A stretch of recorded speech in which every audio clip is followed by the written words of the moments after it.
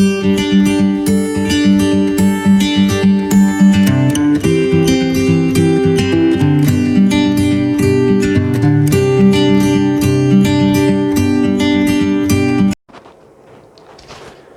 वालेकुम प्यारे बच्चों, जैसा कि आपने देखा मेरा पहला वीडियो और उम्मीद करता हूं कि तमाम पॉइंट्स आपने अच्छे से नोट कर लिए होंगे। अब बच्चों उसी लेसन को लेके जो कि 11th का फर्स्ट लेसन हमने स्टार्ट किया, units and measurement, standard 11th का न्यू सिलेबस के हिसाब से। बच्चों इसके अंदर फर्स्ट लेक्चर में हमने देखा था कि फंडामेंटल क्वांटिटी किसे कहते हैं और डिराइव क्वांटिटी किसे कहते हैं, और मेरे ख्याल से आपको अच्छे से समझ में भी आ गया होगा। अब बच्चों हम इसके आगे का आप सेकंड लेक्चर कंटिन्यू कर रहे हैं। जो फर्स्ट टाइम इस लेक्चर को देख रहा है वो सबसे पहले, अगर फर्स्ट लेक्चर नहीं देखे होंगे तो पहले फर्स्ट लेक्चर देख लें, फिर ये सेकंड लेक्चर की तरफ आ जाए, ठीक है। अब बच्चों हम यहाँ पे स्टार्ट करने जा रहे हैं डिस्टेंस। बच्चों क्योंकि हम डिराइव क्वांटिटी का जिक्र कर रहे हैं, डिराइव क्वांटिटी के अंदर ये तमाम चीज़ें हमको मिलेंगी, डिस्टेंस, डिस्प्लेसमेंट। देखता हूँ कि बहुत सारे बच्चे डिस्टेंस और डिस्प्लेसमेंट बहुत कन्फ्यूज़ होते हैं, तो आज हम उसका पहले उसका डिफरेंस देख लेंगे कि दोनों में क्या मुआवजा हो सकता, कंपैरिजन क्या हो सकता। उसके बाद फिर बाद में हम ड्राइव क्वांटिटी के किस्में देखेंगे। चलिए आ जाते हैं पहले डिस्टेंस। डिस्टेंस जैसा कि आप जानते हैं बच्चों, जिसे हम कहते हैं फासला, इसकी जो तारीफ़ है, डेफिनेशन है, वो इस तरह से है, it is the length of the actual path travelled by an object in motion while going from one point two another. क्या मतलब है इसका? इसका मतलब है बच्चों किसी मुतहरिक जिस्म के ज़रिए दो नुकात के दरमियान तय करदे रास्ते को फासला कहते हैं। चलिए अभी आपको और डिटेल समझाऊंगा। डिस्प्लेसमेंट देखते हैं, हटाओ। बच्चों ये वीडियो देखते वक्त उर्दू मीडियम के बच्चे बिल्कुल भी परेशान नहीं होना। इसकी तारीफ़ें इस वीडियो के आखिर में मैं यहाँ पर उसका एक स्क्रीनशॉट आपको दूंगा, जिसके अंदर तमाम तारीफ़ें उर्दू में भी लिखी हुई हैं, तो आप बाद में आखिर में उसकी तारीफ़ देखकर लिख लेना, ठीक है।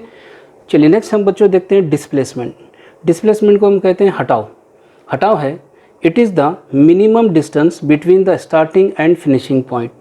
अब बच्चों इसका मीनिंग है किसी मुतहरिक जिस्म के आगाज़ से एतदारी नुक्ते के दरमियान सबसे कम फासले को हटाओ कहते हैं। अब बच्चों यहाँ पर इनका मीनिंग क्या है, चलिए इसका हम पहले इसका मुआवजा करेंगे, तब हमको समझेगा कि ये क्या है, ठीक है। अब बच्चों इसका हम मुआवजा कर रहे हैं। देखिए यहाँ पर मैंने यहाँ पे दोनों को कंपेयर किया हूँ, डिस्प्लेसमेंट भी है और डिस्टेंस भी है। अब बच्चों इसको समझने के लिए सबसे पहले मान लो आप चौक से वर्कशॉप जा रहे हैं, जैसे आप नांदेड़ में रहते हैं, आप चौक से वर्कशॉप की तरफ जा रहे हैं। अब प्रॉब्लम ये है कि हम क्या करते हैं बच्चों कि ट्रैफिक ज़्यादा होने की वजह से कोई दूसरे रास्ते से होते हुए शॉर्टकट, जैसे हम बोलेंगे दूसरा कोई रास्ता पकड़ के हम सीधे चले जाएंगे। मान लीजिए चौक से अगर वर्कशॉप का रास्ता अगर फ़र्ज़ कीजिए 3 किलोमीटर का है, 3 किलोमीटर, और आपको शॉर्ट जैसे दूसरे रास्ते से आप जा रहे हैं, तो आपको घूम के जाने में आपको 5 किलोमीटर का फासला तय करना पड़ रहा है। तो शॉर्ट में इसको ऐसे अगर देखें तो डिस्टेंस कहते हैं बच्चों, आप अगर ट्रैफिक से बचने के लिए कोई दूसरा रास्ता पकड़ के जा रहे हैं तो समझ जाना कि वो हो जाता डिस्टेंस, क्योंकि आपका फासला बढ़ जाएगा। और अगर आप चौक से सीधे वर्कशॉप चले जाते हैं तो फासला तो कम हो रहा, लेकिन उसको हम कहते हैं बच्चों डिस्प्लेसमेंट। जैसे कि it is total length covered by an object. कोई भी शय, कोई भी शख्स टोटल डिस्टेंस जो कवर करता है उसको हम क्या कहते हैं, डिस्टेंस। जैसे मिसाल के तौर पे ये एक पर्सन है और ये एक पर्सन, इसे यहाँ आना है, इसको कहते हैं इस पर्सन की इनिशियल पोजीशन, इब्तिदाई हालत। इसे कहते हैं फाइनल पोजीशन, इंतहाई हालत। अब ये जो पर्सन है ये यहाँ आ रहा, लेकिन क्योंकि बीच में बहुत सारे ट्रैफिक मतलब बिल्डिंग से बोलिए तो ताकि वो सीधे नहीं आ पा रहा, इसलिए तो उसे घूम कर आना पड़ेगा। मान लो वो यहाँ से इस साइड आ गया, जो यहाँ से यहाँ तक का फासला उसने तय किया 8 मीटर का, फिर वहाँ से स्ट्रेट आया 5 मीटर का फासला तय किया, फिर वहाँ से वो वापस अपनी जगह पे आया जहाँ उसको पहुँचना था, 4 मीटर का फासला तय किया। अब इन सब का जमा करेंगे तो हमको मिलेगा बच्चों 13 मीटर। आप देख सकते हैं क्या मिल रहा है यहाँ पे, 13 मीटर मिल रहा है। तो इसने 13 मीटर घूमकर अपनी मंजिल तक पहुँचा। तो ये जो घूमकर इसने इस तरह से आया, इसी को हम बोलते हैं बच्चों डिस्टेंस। अब आ जाते हैं डिस्प्लेसमेंट में। इसका मीनिंग है it is length between initial and final position of an object. सिर्फ इसको अगर देखें तो ये पर्सन का इनिशियल पोजीशन है और ये पर्सन की फाइनल पोजीशन। तो ये आदमी अगर फ़र्ज़ कीजिए घूमते हुए आता है तो तकरीबन पूरा फासला वो तय कर रहा है, इसलिए इसको हम डिस्टेंस कहें। लेकिन अगर वो सीधे आ जाता है, जैसे इस डायरेक्शन में आ रहा, साउथ के डायरेक्शन में आ रहा, अगर वो सीधे अपनी मंजिल तक पहुंच जाता है तो ये जो फासला था ये बीच का कितने मीटर था, 5 मीटर। तो यहाँ पर भी जब ये सीधे आ रहा तो कितना मीटर हुआ, 5 मीटर। तो ये 5 मीटर ये क्या कहलाएगा, डिस्प्लेसमेंट कहलाएगा। अगर ये घूम कर आ रहा है तो वो क्या हो जा रहा, कुल डिस्टेंस हो जा रहा बच्चों, टोटल लेंथ हो रही। और ये डिस्प्लेसमेंट क्या हो रहा, initial position final position object के बीच का फासला, वो होता है बच्चों डिस्प्लेसमेंट। समझ में ये बात आपको? चलिए मैं आपको इसको पेज को फिर से वापस बताता हूँ। आपको इसका स्क्रीनशॉट लेना है, बाद में लिखना है। उर्दू मीडियम वाले आखिर में देखना, इसको लिख सकते हैं। चलिए लीजिए स्क्रीनशॉट। ओके, चलिए इसके बाद ये दोनों का कंपैरिजन भी स्क्रीनशॉट लीजिए। ओके, चल तो बच्चों अब आपने देखा होगा डिस्टेंस और डिस्प्लेसमेंट में क्या फ़र्क हुआ। अब यहाँ पर बच्चों, यहाँ पर क्या है देखिए, यहाँ पर मैंने लिखा it is a scalar quantity और इसे कहा मैंने it is a vector quantity. अब स्केलर क्वांटिटी और वेक्टर क्वांटिटी ये जो दो मिक़दारें हैं बच्चों, इसको कहते हैं बच्चों गैर सिमती मिक़दार, इसको कहते हैं सिमती मिक़दार। Scalar quantity, vector quantity. अब स्केलर क्वांटिटी बच्चों जैसे कि यहाँ पर देखिए मैंने लिखा 8 kg। 8 क्या है, 8 खदर को बोलते हैं बच्चों, मैग्नीट्यूड को। kg क्या है, यूनिट है। तो इसके अंदर अगर मैं किसी चीज़ का वज़न कर लेता हूँ और आपसे कहता हूँ कि इसका वज़न सिर्फ 8 kg है, तो आपको समझ में आ जाएगा भी 8 किलो है। इसके सिमत बताने की ज़रूरत नहीं है। लेकिन अगर मैं मान लो यहाँ पे अगर आ जाऊँ कि इसको मैं जैसा कह रहा हूँ कि वेक्टर क्वांटिटी है, तो इसके अंदर मैग्नीट्यूड भी आता है, डायरेक्शन भी आता है। अब मान लो यहाँ पर ये 5 किलोमीटर, कोई आदमी अगर फ़र्ज़ कीजिए एक साइकिल मोटर पे 5 किलोमीटर का फासला तय कर रहा है। 5 किलोमीटर का फासला अगर वो तय करेगा, तो मैं अगर बोलूँ कि वो 5 किलोमीटर गया, तो आप पूछेंगे कहाँ गया, किस सिमत में गया। तो इसके अंदर आपको मैग्नीट्यूड भी देना पड़ेगा और उसकी सिमत भी बताना पड़ेगा, जिसे हम कहते हैं डायरेक्शन।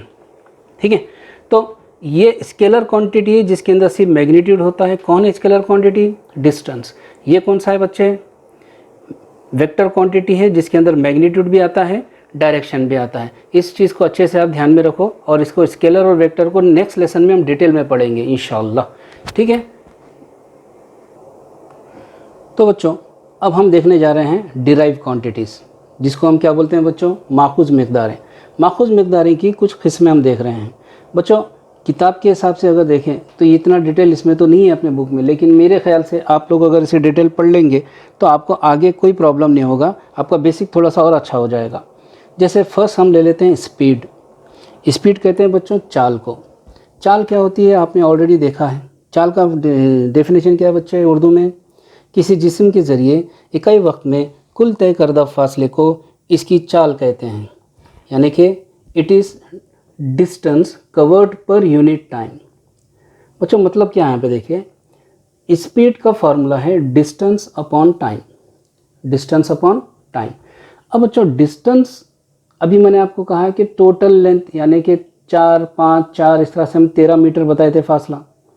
तो वो जो पूरा डिस्टेंस है उसने कितने टाइम में कवर किया, उसको डिवाइड बाय हम टाइम करते हैं, तो वो हमको क्या मिल जाती है, उसकी स्पीड मिलती, जिसका यूनिट है बच्चों, डिस्टेंस किससे लिखते हैं, मीटर से, और टाइम सेकंड से, तो मीटर पर सेकंड हो जाएगा। अब ये स्पीड बच्चों स्केलर क्वांटिटी है। स्केलर क्वांटिटी जिसमें सिर्फ क्या मिलता है हमको, मैग्नीट्यूड मिलता है, इसकी कदर मिलती है। अब आ जाते हैं वेलोसिटी पे। वेलोसिटी का डेफिनेशन आपने बच्चों 9, 10, 11 में ऐसे पढ़ ही रहे हैं, 9, 10 में ऑलरेडी पढ़ चुके हैं। इसका उर्दू में तारीफ़ क्या होगी, इकाई वक्त में होने वाले हटाव को रफ्तार कहते हैं, जिसको हम बताएंगे वेलोसिटी रफ्तार। जैसे कि it is a displacement per unit time. Formula क्या है इसका, वेलोसिटी इक्वल टू, यहाँ क्या था बच्चों, डिस्टेंस अपॉन टाइम, यहाँ क्या है, डिस्प्लेसमेंट अपॉन टाइम। यानी कि डिस्प्लेसमेंट क्या है, इनिशियल पोजीशन से फाइनल पोजीशन तक पहुँचने के फासले को हम क्या बोलते हैं, डिस्प्लेसमेंट। उस आपने कितने वक्त में तय किया डिवाइड बाय टाइम करेंगे तो हमको क्या मिलेगा, वेलोसिटी मिलेगी। उसी तरह से सेम इसकी यूनिट है जिसमें डिस्प्लेसमेंट मीटर से लेते हैं, टाइम एस से, तो मीटर पर सेकंड, जिसको हम इस तरह से भी लिख सकते हैं मीटर पर सेकंड। समझ में आ गया।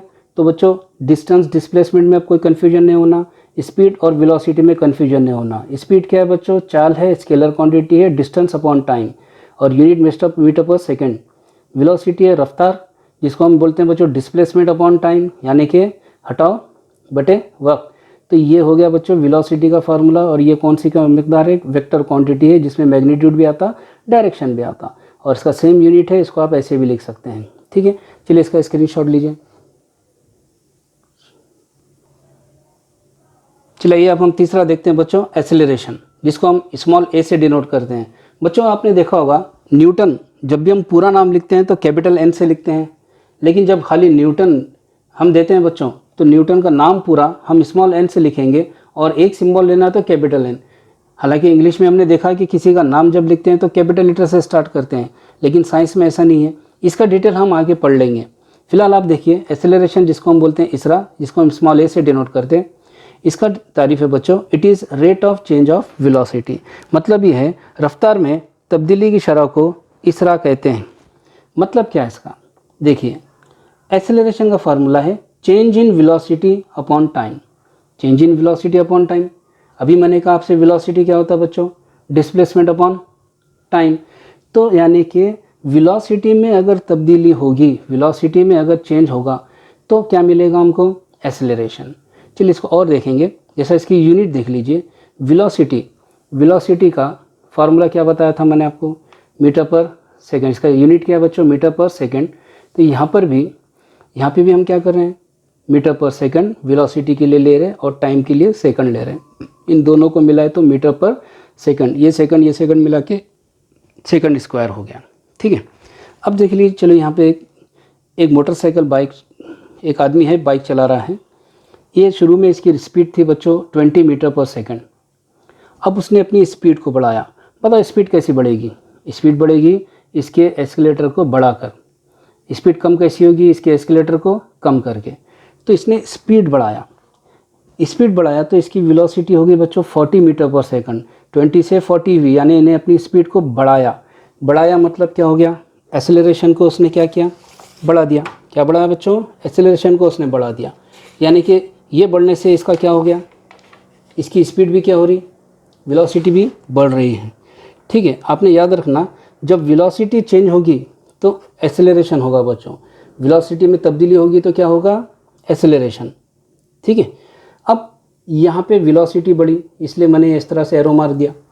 अब आ जाएंगे यहाँ पे, ये साइकिल मोटर बाइक जो चला रहा है इसकी 40 मीटर पर सेकंड थी। अब उसने एक्सेलेटर को कम कर दिया तो इसकी वेलोसिटी कम होनी चाहिए, 40 से कितनी हो गई, 10 मीटर पर सेकंड। अब एक्सेलेटर को उसने कम कर दिया, यानी स्पीड कम हो गई। तो इससे हम क्या बोल सकते हैं कि जब वेलोसिटी चेंज नहीं हो रही है तो एक्सेलरेशन भी नहीं होगा। अगर वेलोसिटी कम हो रही तो एक्सेलरेशन उसके अपोजिट डायरेक्शन में काम करेगा, वेलोसिटी बढ़ रही है तो इसने इसके ही सिम में काम करेगा, यानी वेलोसिटी यहाँ पे क्या हो रही है, कम।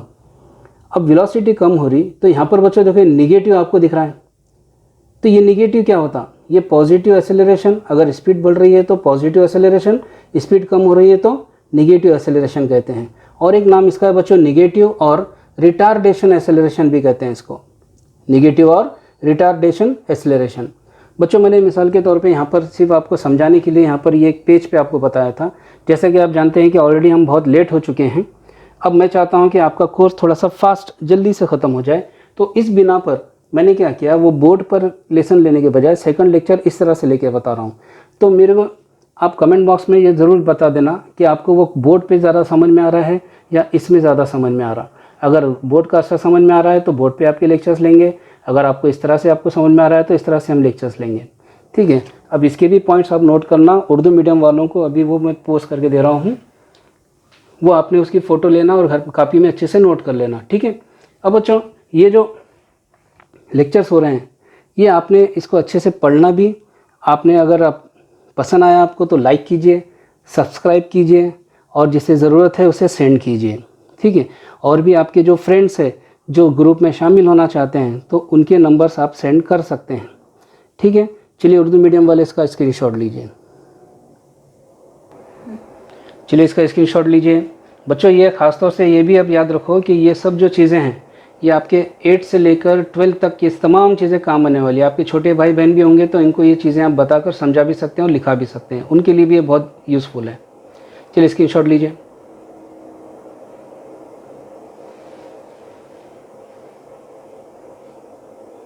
चलिए इसका स्क्रीनशॉट।